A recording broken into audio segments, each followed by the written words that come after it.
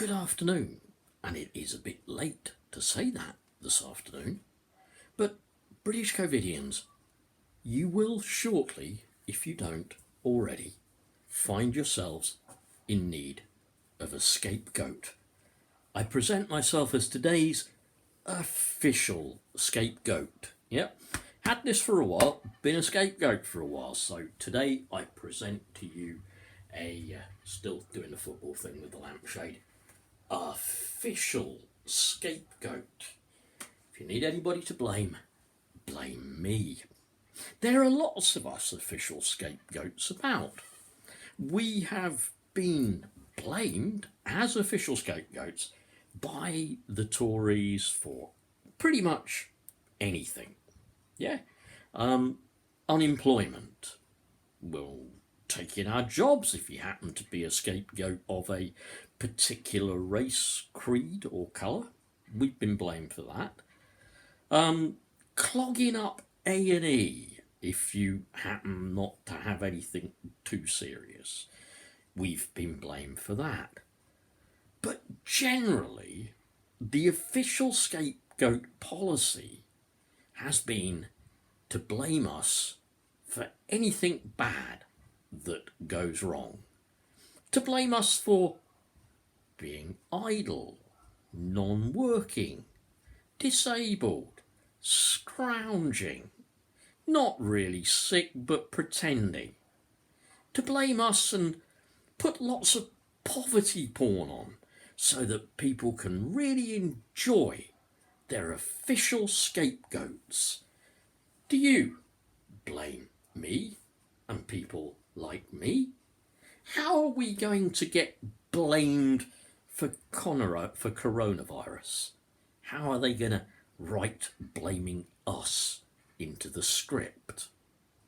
They've certainly managed to deflect a lot already, and they're certainly lining up the so-called scientists as official scapegoats. Yeah, that was why it was all so badly handled. Now it's the scientists.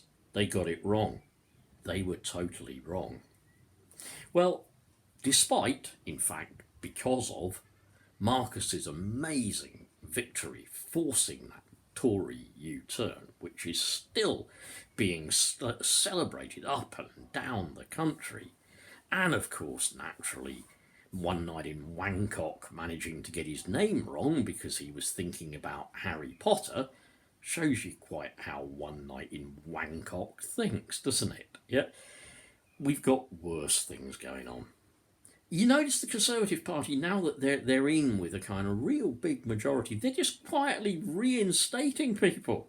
Yeah, quietly reinstate them. Most of the inquiries into racism, well, they found they were a bit racist, but hell, reinstate them. Now here is a guy suspended in Bristol from his Conservative Party. He's about 78 years old, and Mr. Ap Rees has been suspended pending the outcome of an investigation, his party spokesman, local party spokesman, said. Why has he been suspended? Well, he's been branded as a despicable racist that posted on the 27th of May, before deleting it, words to the effect that under British rule, slaves had it a lot better. There we go.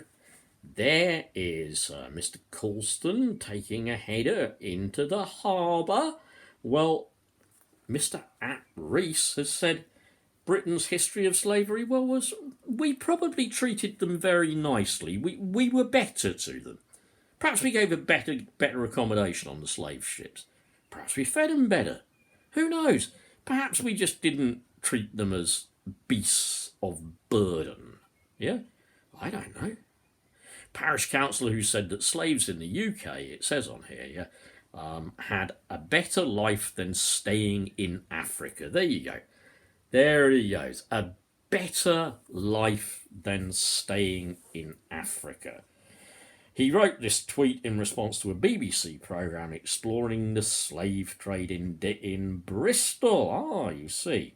78-year-old former deputy leader of North Somerset Parish Council is now in the area of Weston-super-Mare. Right, so we've got that. And even, well, the Mirror obviously brands him as a despicable racist. Yeah? Well, Johnson is a despicable racist. We constantly brand him as a despicable racist. But, my gosh, you people in Britain vote for him, don't you? You don't care that he's a despicable racist. So, I guess, locally you've been quite happy to vote for people like this, who is a despicable racist and is 78 years old. I don't know about how old in that picture. His beard looks a bit grey, probably greyer than mine, but nonetheless, okay. Right, what else can we say from today? Right, well, the interesting thing is that, I would say only behind it, not necessarily because of it, the U-turn on the free school meals vouchers was clearly prompted by a lot of people in these constituencies voted Tory, and their kids are going to be massively affected by this. So I think somebody in the Tory Party had a little word with Boris and said, look, they did vote for us. Why the hell any working class person would vote Tory? I truly don't know. It would be like, it would be like the slaves voting for the slave masters. I don't want to say anything extreme. Yeah. Okay, now here's our little friend, Darren Grimes. Darren Grimes. You read about Darren Grimes, Tory Darren Grimes, holding his little cup there, yeah?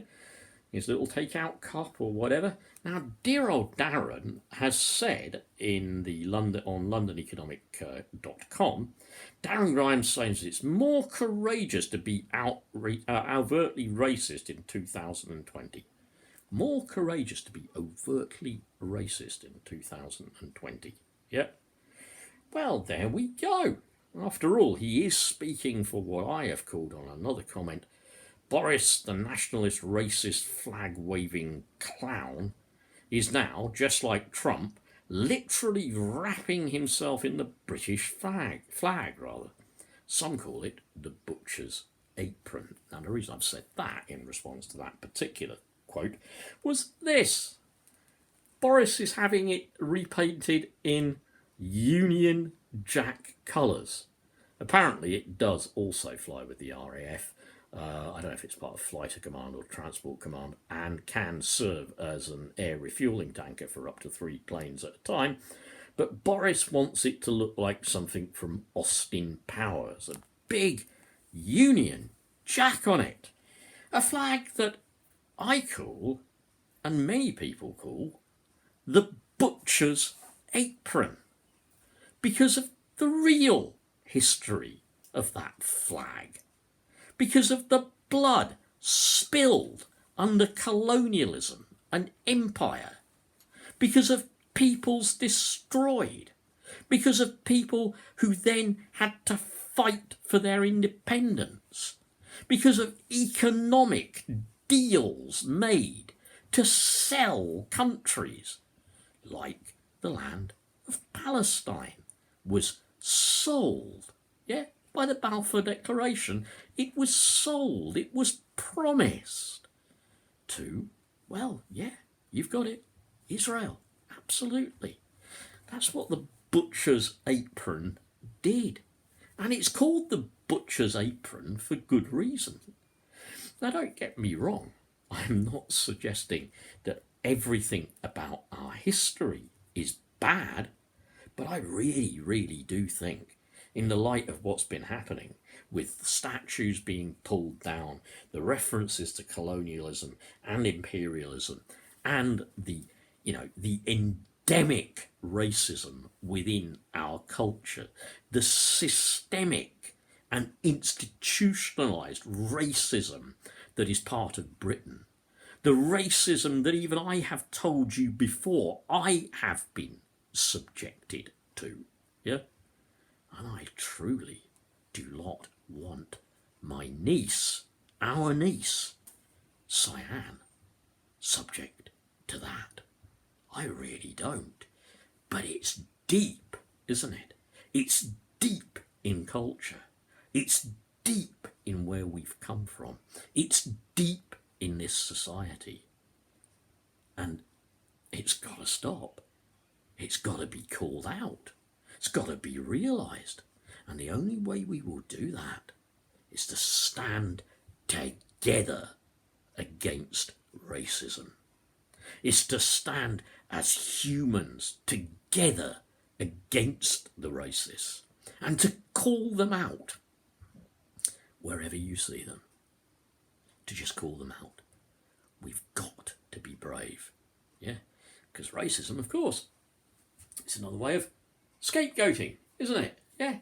When it all goes tits up, you blame people from another culture, another land, people of a different colour, people of a different race, people of a different religion. You blame them. You go, it's their fault. Like you blame disabled people when the health service isn't properly funded. Like you blame our pensioners for being too much of a burden on society. Yeah, scapegoating. Take care, my friends. Please, I do ask you to like and subscribe. I love getting your views. And please, feel free to add comments. So, but please, please, please, like and subscribe to this channel. Bye.